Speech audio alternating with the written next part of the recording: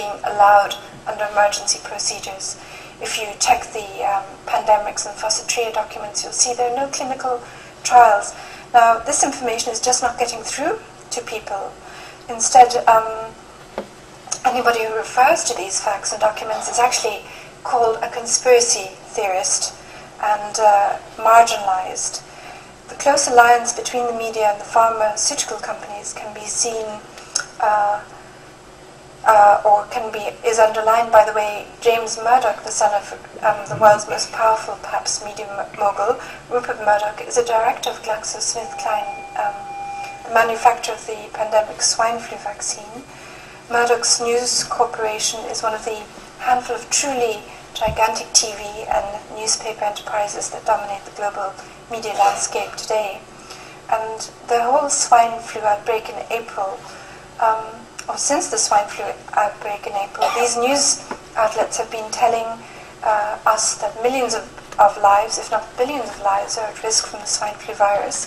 They're telling us that it's going to cause a significant number of illnesses and fatalities, disrupt our economies and societies, and that it has the potential to mutate and become more lethal. They don't mention that if it does mutate and become more lethal, the vaccines will be useless.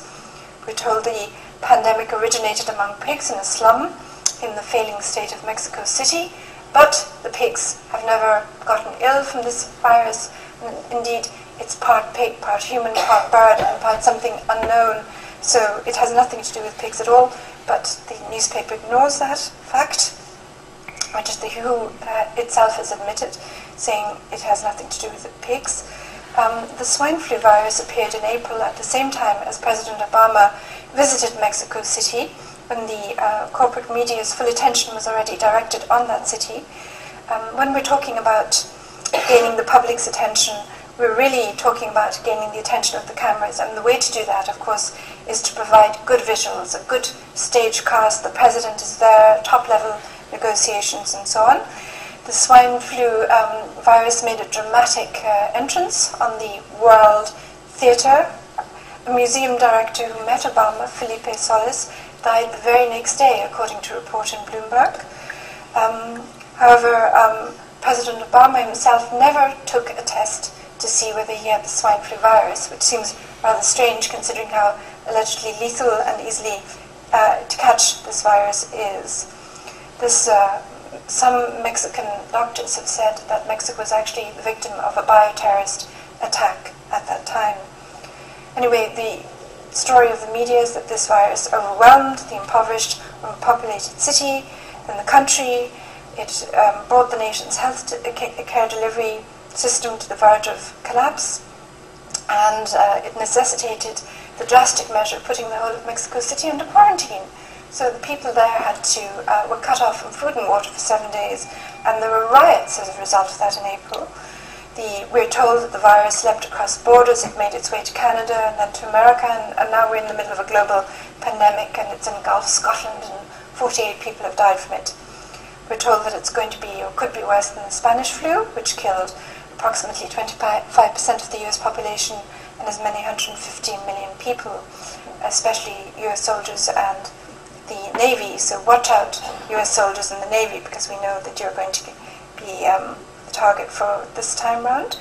And we're constantly told by the mainstream media that this pandemic poses an overwhelming health management problem that can only be solved with the help of bodies like WHO and the EU and the UN.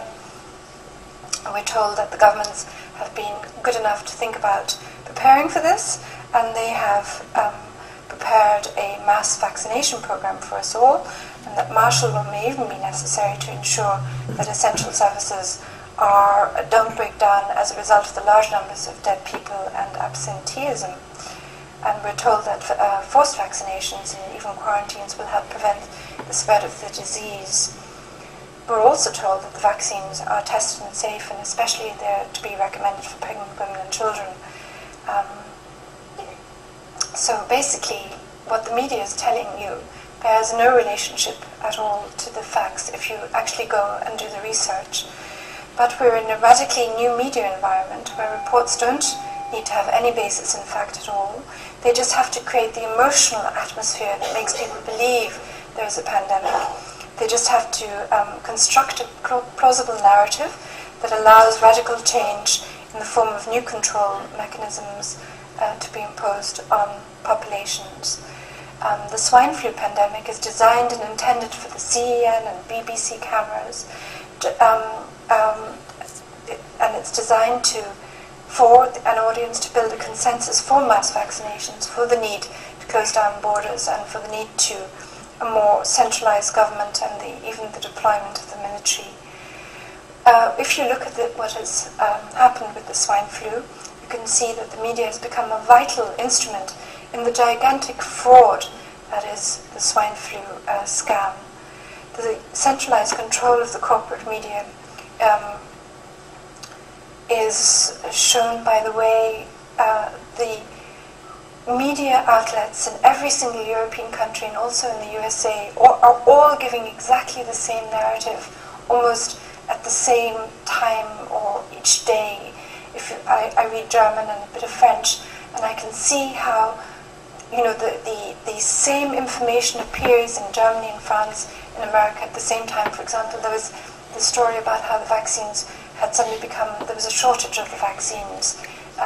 This myth that there wasn't enough, and this appeared at the same time in every single country.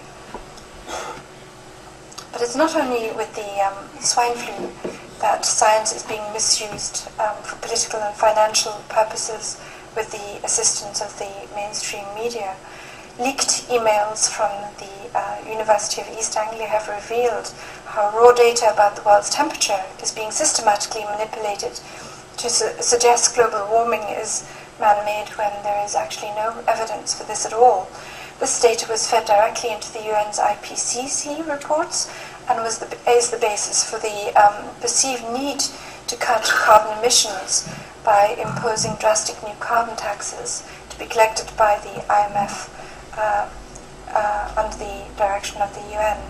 And the 9/11 is another example of a media-crafted event. Architects and engineers for 9/11 Truth have presented very convincing evidence to show that the Twin Towers could not possibly have been destroyed by the hijacked planes. The steel and concrete towers could only have been destroyed by explosives inside the buildings. Nevertheless, the destruction of these towers was necessary for the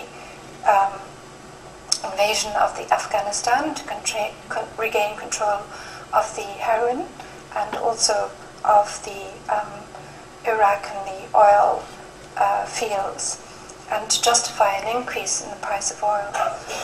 The role of the media in constructing the 9/11 myth is shown by the way the BBC reported on the collapse of the third tower 20 minutes or more before the tower actually fell down. It was still visible in the background as the reporter was talking. In the virtual reality created by the media sphere, cause and effect can be inverted or just obscured, as is the case with the current financial crisis, which is the result of banks systematically withdrawing 1/3 of the money from circulation. This results in bankruptcies and economic collapse, and banks which have just received huge sums of money from the taxpayers in the form of bailouts can then go on a shopping spree and buy up all these things on the cheap. And by the time this economic collapse is over, they'll probably own 90% of all the assets in the Western world. I wouldn't be surprised.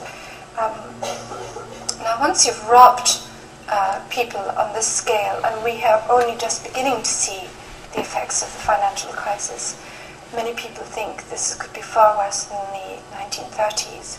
We could see states, countries going bankrupt, people not getting, their pensions paid out, their salaries paid out of their government officials.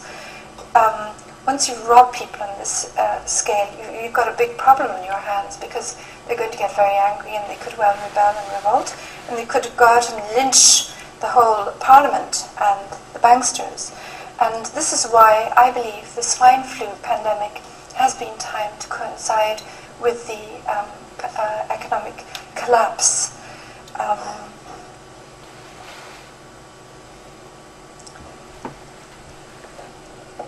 We can see, in fact, how a number of these, plots are all being timed to work or to come together at the same time. The UN taking control of economies through the Copenhagen Treaty, WHO of the health and military through the swine flu pandemic, so that just as the economy begins to collapse, this group of people have their controlled grid in place. And of course the EU is another major factor in this control grid. Now, the problem they're facing is that the independent media is spreading information and doing it very, very effectively. More and more people are getting to become aware of the fact that the reason why their lives are so difficult and probably going to get even worse is not because of all these impersonal forces that are working out there, but because a tiny group of people have planned for them to have very miserable lives and determined to make them more miserable. And this is spread of this knowledge is becoming a great threat to the New World Order. We see in Europe people are not taking the swine flu vaccine. The take-up rate in Germany is about 3 or 4%. In France, I think 2 million out of 65 million people have taken it. In Switzerland, it's gone down to 12 or 10%, down from 70% at the beginning of summer. So people are really rising up to what's going on. And the media is no longer able to have the same effect that it used to have. The New World Order has actually used the mainstream media as camouflage. It's kind of like a beast, or like a chameleon that blends in with the background. It takes on the spots or the stripes of its background to appear harmless, so people don't notice it, and they're lulled into a sense of security. And the spots and the stripes of this beast are actually the mainstream media, the ever-shifting patterns that are played before us to give us the impression that nothing is happening. But of course, this beast has claws, and the claws are the many agents working in networks, such as the Freemasons and also Common Purpose, which Brian has discussed. The brain of this beast seems to be the collective decision-making process taking place at meetings such as the Bilderberg meeting and the CFR, Council of Foreign Relationship meetings. And the heart of this beast seems to be dedicated, unfortunately, to Luciferianism or Satanism and occultism, whatever you want to call it, but to darkness and destruction. This is a very ugly creature, and it knows it's very, very ugly. It's a dangerous creature for us, and it knows that it's dangerous for us, and it needs to be able to present itself as harmless, to deceive us in order to capture us because we are its prey. These predators, or this predator, is very adept at disguise, at deceit, at telling lies, to lull us, the victims, into a false sense of security.